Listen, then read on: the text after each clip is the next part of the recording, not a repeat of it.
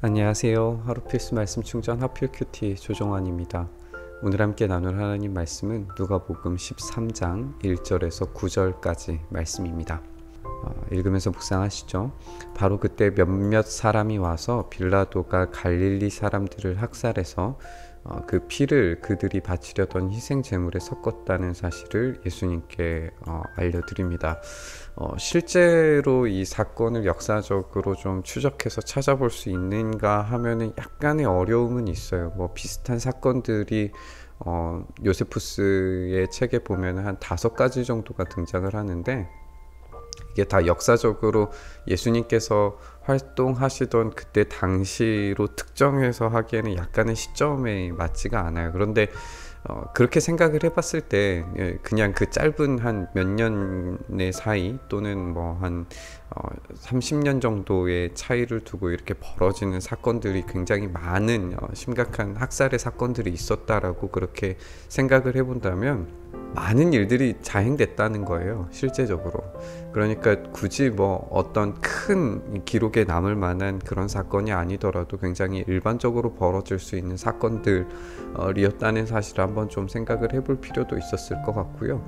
그리고 이제 갈릴리 사람들이 바치려고 하던 어떤 희생제물에 그 피를 섞어버렸다라고 하는 게, 이제 아마 6월절이 되면은 바치는 제물들이 있었을 테니까 6월절에 발생되는 사건이라고 우리가 좀 생각을 해볼 수도 있겠고, 또 이게 이제 이전에 이스라엘의 중간기 역사들을 살펴보면 이 제물에다가 돼지의 피를 섞는다거나 굉장히 이런 사람들이 생각했을 때 굉장히 끔찍한 신적인 모독의 장면들을 우리가 생각을 하게 되는데, 이게 이제 어떤 역사적인 사건이지만 이것을 어떻게 해석할 것인가, 그들의 어떤 영적인 죄 때문인가 라고 하는 것을 지금 질문을 하고 있는 거예요. 그때 예수님께서 이제 대답을 하십니다. 이 갈릴리 사람들이 이런 변을 당했다고 해서 다른 모든 갈릴리 사람보다 더 큰 죄인이라고 지금 생각하느냐? 그렇지가 않다. 내가 너희에게 말한다. 너희도 회개하지 않으면 모두 그렇게 망할 것이다. 그러니까 예수님의 대답은 뭐냐면, 어떤 실제적인 문제가 생겼을 때에, 어떤 고통이 생겼을 때에 그 고통의 문제가 우리의 윤리적인 도덕적인 행동의 문제에 따라서 재앙을 당하거나 또 어떤 실제적인 신체의 위협을 당하거나 아니면 문제가 생겼다거나 이런 게 아니라는 거죠. 지금 이 말을 하고 있는 사람들이 이런 재앙을 당하지 않았다고 해서 너희들의 문제가 없다거나 죄에 또 어떤 도덕적인 문제가 전혀 없는 게 아니라는 거예요. 오히려 너희도 그렇게 회개하지 않으면 망하게 될 것이다 라고 그렇게 예수님이 이야기하시면서 두 번째 이야기를 붙이세요. 실로암에 있는 탑이 무너져서 치여 죽은 18사람. 지금 이 실로암은 이제 예루살렘이죠. 예루살렘에 있는 탑이 무너져서 18사람이 되는 사람이 죽었는데, 그러면 예루살렘에 사는 모든 사람보다 더 많이 죄를 지은 사람이라고 너희가 생각을 하느냐? 그 사람이 잘못했으니까 예루살렘에 있는 모든 사람들보다도 그 사람들이 잘못했기 때문에 그 18명이 죽은 거야, 이렇게 이야기를 하는데 그렇지 않다는 거예요. 오히려 주목해야 되는 건 뭐냐면 너희도예요. 너희도. 지금 이 말을 건네고 있는 너희도 회개하지 않으면 모두 그렇게 망할 것이다. 우리가 이전 본문을 우리가 읽고 난 이후이기 때문에 하나님께서 적절한 그 보상을 이제 우리에게 요구하실 거라는 이야기를 우리가 들었잖아요.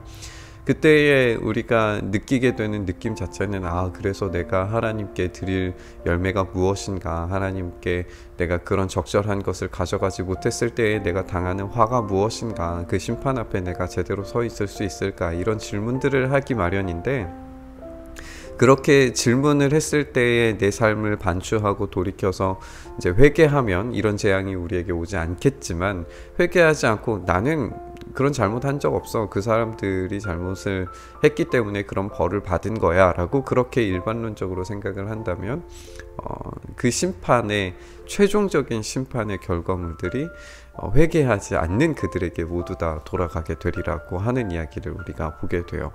저는 이 본문을 제가 대학교 입시 시험 문제로 똑똑하게 기억하고 있어요. 왜냐하면 그때 당시에 이제 2004년도에 쓰나미가 일어나서 인도네시아에 있는 무슬림들이 죽었다라고 하는 것 때문에 어떤 일부의 이제 신앙인들이 그들이 이슬람을 믿었기 때문에, 또는 뭐 거기에 휴양을 하러 안식일에, 그때가 아마 주일이었던 걸로 제가 기억을 하는데, 그랬기 때문에 이제 쓸려 내려간 것이다 라고 그런 식으로까지 이야기한 사람이 있었어요. 그게 이제 시험 문제로 나와서 어떻게 생각하느냐라고 그렇게 질문을 했는데, 저도 거기에다가 이 본문에 대한 해설을 쓰면서 그것이 그들의 잘못이라고 하나님께서 말씀하고 계시는 게 아니라, 그 사건을 반추해서 그 사건을 보면서 그 사건의 적용을 그 사람들에게 직접 적용할 것이 아니라 바로 나에게 적용해야 된다는 것을 생각하게 됩니다라고 그렇게 답변을 썼던 걸로 기억을 해요. 그게 오늘 본문이 우리에게 이야기하시는 것 같아요. 우리에게 직접 적용해야지 남에게 그것을 적용하는 것은 적절하지 않습니다. 나는 회개할 만한 죄인이라고 하는 그 자기 인식이 훨씬 더 사건에서 중요한 거죠. 누군가를 판단하는 근거가 그들이 벌어진 어떤 사건, 어떤 행위, 행동, 어떤 시점에 벌어진 것들에 우리가 제한을 하면은 하나님의 놀라운 큰 역사 속에 있는 하나님의 흐름을 우리가 잡을 수가 없어요. 그 사람이 잘못해서 어떤 벌을 받았어. 그렇다면 그것을 용서하시고 그것을 뒤집으시고 뒤바꾸시는 하나님의 놀라운 계획과 섭리 안에 있는 큰 그림은 놓치게 되는 거잖아요. 그렇기 때문에 우리에게 이런 회개가 필요한 것 같아요. 예수님께서 이런 비유를 말씀하셨어요. 어떤 사람이 자기 포도원에다가 무화과 한 그루를 심었어요. 포도원에다가 무화과 나무를 심은 것도 독특한데, 그 나무에서 열매를 얻을까 하고 찾아왔는데 찾지를 못해요. 그래서 이 포도원 지기에게 내가 3해 동안이나 기다렸는데, 이 무화과 나무에서 열매를 얻을까 하고 기다렸는데 열매를 내가 본 적이 없다. 그냥 찍어버려라. 무엇 때문에 왜 땅만 버리게 하느냐. 이곳은 무화과 나무 밭이 아니라 포도나무 밭이다. 이런 이야기겠죠. 그런데 이제 포도원 지기가 말을 해요. 주인님, 올해만 그냥 두십시오. 그동안에 내가 그 둘레를 파고 기름을 주겠습니다. 그렇게 하면은 다음 철에 열매를 맺을지도 모릅니다. 그때 가서도 열매 맺지 못하면 찍어버리십시오. 저는 이게 이 회개에 대한 이야기, 그리고 우리에게 적용하는 이야기라고 생각을 합니다. 우리가 이 전 본문에서도 우리가 올려드릴 열매에 대해서 우리가 함께 생각을 했다면, 오늘 이 본문에서도 마찬가지예요. 무화과 나무 한 그루를 심었는데 그 나무에서 열매를 찾으려고 하는 것은 우리를 이야기하시는 거예요. 우리가 그렇게 무화과 나무로서의 어떤 열매를 맺고 그 주인에게 드릴 수 있어야 되는데 열매를 도무지 맺을 수가 없는 거예요. 포도원지기를 우리가 예수님이라고 우리가 생각을 해보면, 포도원지기 예수님께서는 올해만 좀 그만 봐달라. 땅을 파고 또 거름을 주고 그렇게 하면은 다음 철에 열매를 맺을 수도 있을지 모른다. 그러니까 한 해만 더 참아달라라고 하는 게 예수님의 심정처럼 느껴져요. 예수님은 그렇게 우리를 향하여서 참고 기다려 달라고 이야기를 하시는데, 하나님의 심판을 그렇게 계속해서 유예해 달라고 그렇게 부탁하고 간청하는 거죠. 그런데 최종적인 심판의 날이 올 거예요. 그 최종적인 심판의 날에는 열매를 맺지 못하는 그 모든 무화과 나무들을 찍어서 불태워 버리게 될 겁니다. 오늘 이 말씀을 함께 좀 묵상하면서 결국에 우리가 해야 되는 것은 남이 어떻게 되었는가에 대한 그런 영적인 고찰이 아니라 나 자신에게 적용하는 영적인 고찰들로 생각을 해보아야 한다는 거예요. 실제적인 사건이 벌어졌을 때, 역사적인 사건이 벌어졌을 때 그것을 그들의 죄, 그들의 문제, 그들의 영적인 어떤 문제, 이런 것들로 제한하고 그렇게 이야기해버리면 결국에는 우리 자신 스스로가 회개할 타이밍을 놓치게 되고, 또 자기 스스로를 되돌아보게 되는 어떤 그런 것들을 놓치게 되는 거예요. 그렇게 되면 우리가 참되게 맺어야 하는 열매를 맺지 못한 채 찍혀서 불에 던지게 됨을 당할지도 몰라요. 그런데 예수님께서 우리를 향하여서 그렇게 계속해서 참고 유예하시는 거죠. 하나님 앞에서 조금만 더 기다려달라, 조금만 더 참아달라. 지금 이 심판이, 최종적인 심판이 유예되고 있는 것은, 지금 예수님의 재림이 오고 있지 않은 것은, 저는 이 은혜로운 예수님의 유예해 주심 덕분이라고 생각을 합니다.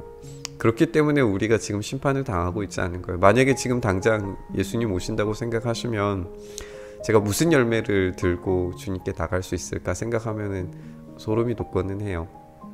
그렇게 생각을 해봤을 때 이 놀라운 은혜의 유예가 지금 우리에게 있을 때에 하루속히 우리가 회개함으로 우리 자신을 돌보고 우리 자신을 돌이켜보고 회개함으로 말미암아 마침내 열매를 맺게 되는 그 때를 우리가 기대하고 바라면서 오늘 하루의 삶이 그렇게 열매 맺는 삶이 될 수 있기를 그렇게 몸부림쳐 봤으면 좋겠습니다. 이 말씀 이렇게 묵상하시죠.